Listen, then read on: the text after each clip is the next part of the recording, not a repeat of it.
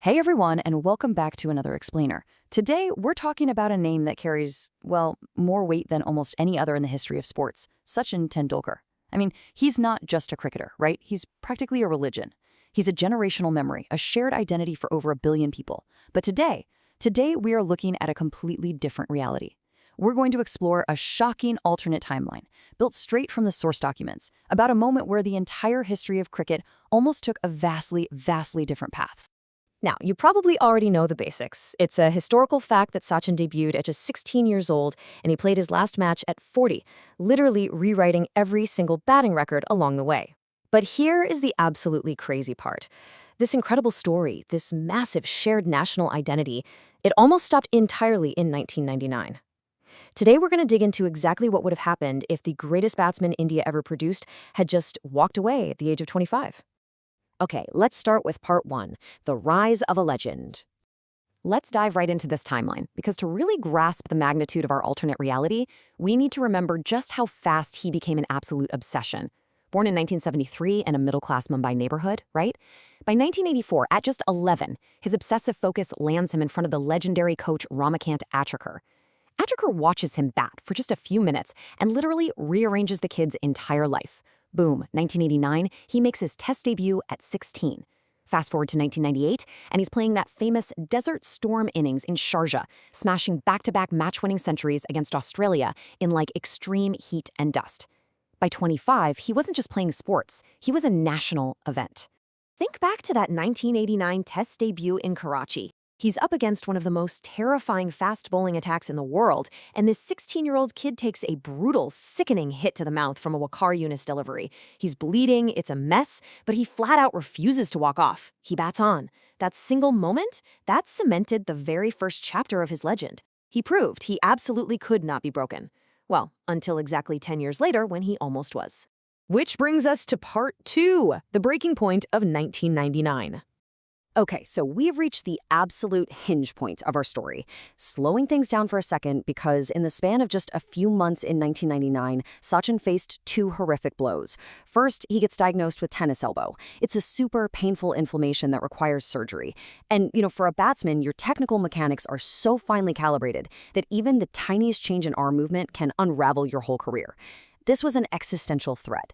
And then, while he's on tour in England, his father, Ramesh Tendulkar, the man who literally sacrificed everything for his son's dream, suddenly passes away. The physical threat to his career, combined with the crushing grief of losing his biggest supporter, it completely broke him. In our reality, we know he pushed through, but his appetite for the game was battling some heavy exhaustion and pure grief. So here is the stark question that pivots our entire explainer today. What if he just stopped? What if he retired at 25? So let's step into this alternate timeline. The alternate timeline begins. In this version of reality, that elbow surgery in early 99 fails to heal properly. The pain is just always there. Sachin is deeply grieving his father. His wife, Anjali, gently brings up the idea of stepping away. I mean, they have enough money, they have young kids, and honestly, his legacy is already totally secure. So in late 1999, at age 25, Sachin tearfully announces his retirement. He thanks his father, his coach, his country. He says his body and his heart just need rest. And just like that, India plunges into deep mourning. Moving on to part 3, the cost of lost records. The sheer scale of the contrast between what actually happened and what could have been it's just staggering. In our real timeline, Sachin retired with an impossible 15,921 test runs and over 18,000 ODI runs, not to mention that mind-bending 100 international centuries. But in the alternate timeline, he finishes with roughly 5,000 test runs and 7,000 ODI runs.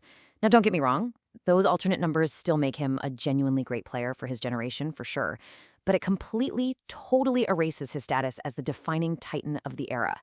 All those benchmarks that every future player would be measured against, they simply evaporate.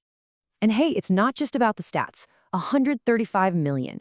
That was the live viewership in India for the 2011 World Cup final. When India won, the teammates carried Sachin on their shoulders because they had finally won it for the guy who carried the team for 2 straight decades. Without Sachin playing in 2011, that massive emotional core vanishes. I mean, the victory would still be celebrated, absolutely, but that deeply resonant, tear-inducing climax of a 22-year journey, it just doesn't exist. That brings us to part 4, a changed cricket culture.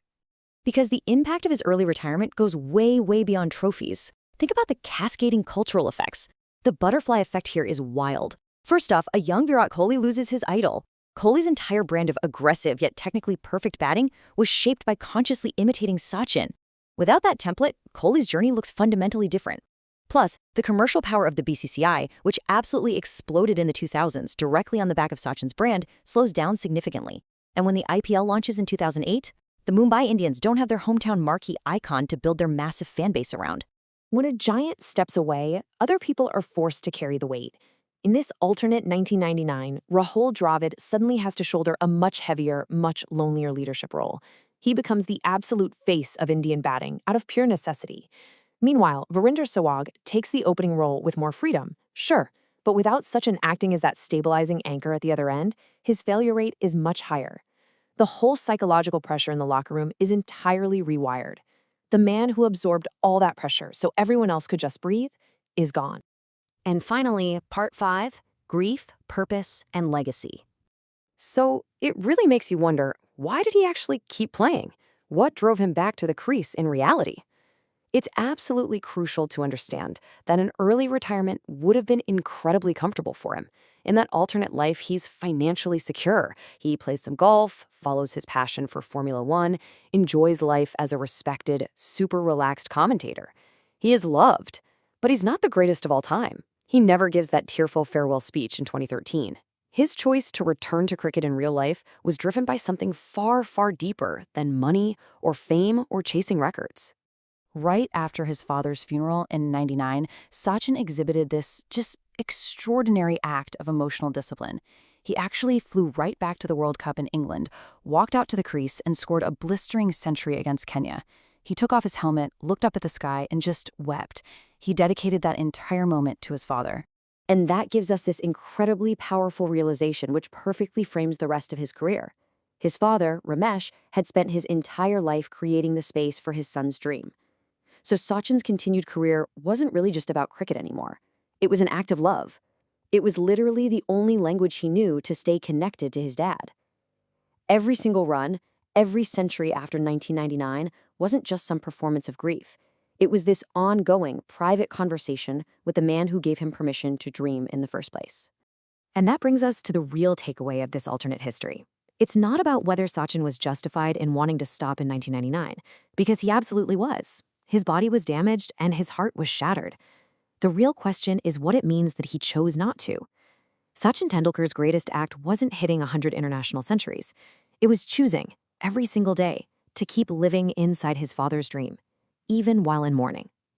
So what do we owe to the people who believed in us, even after they're gone? I'll leave you with that thought. Thanks so much for joining me on this explainer, and keep exploring those fascinating timelines. Catch you next time.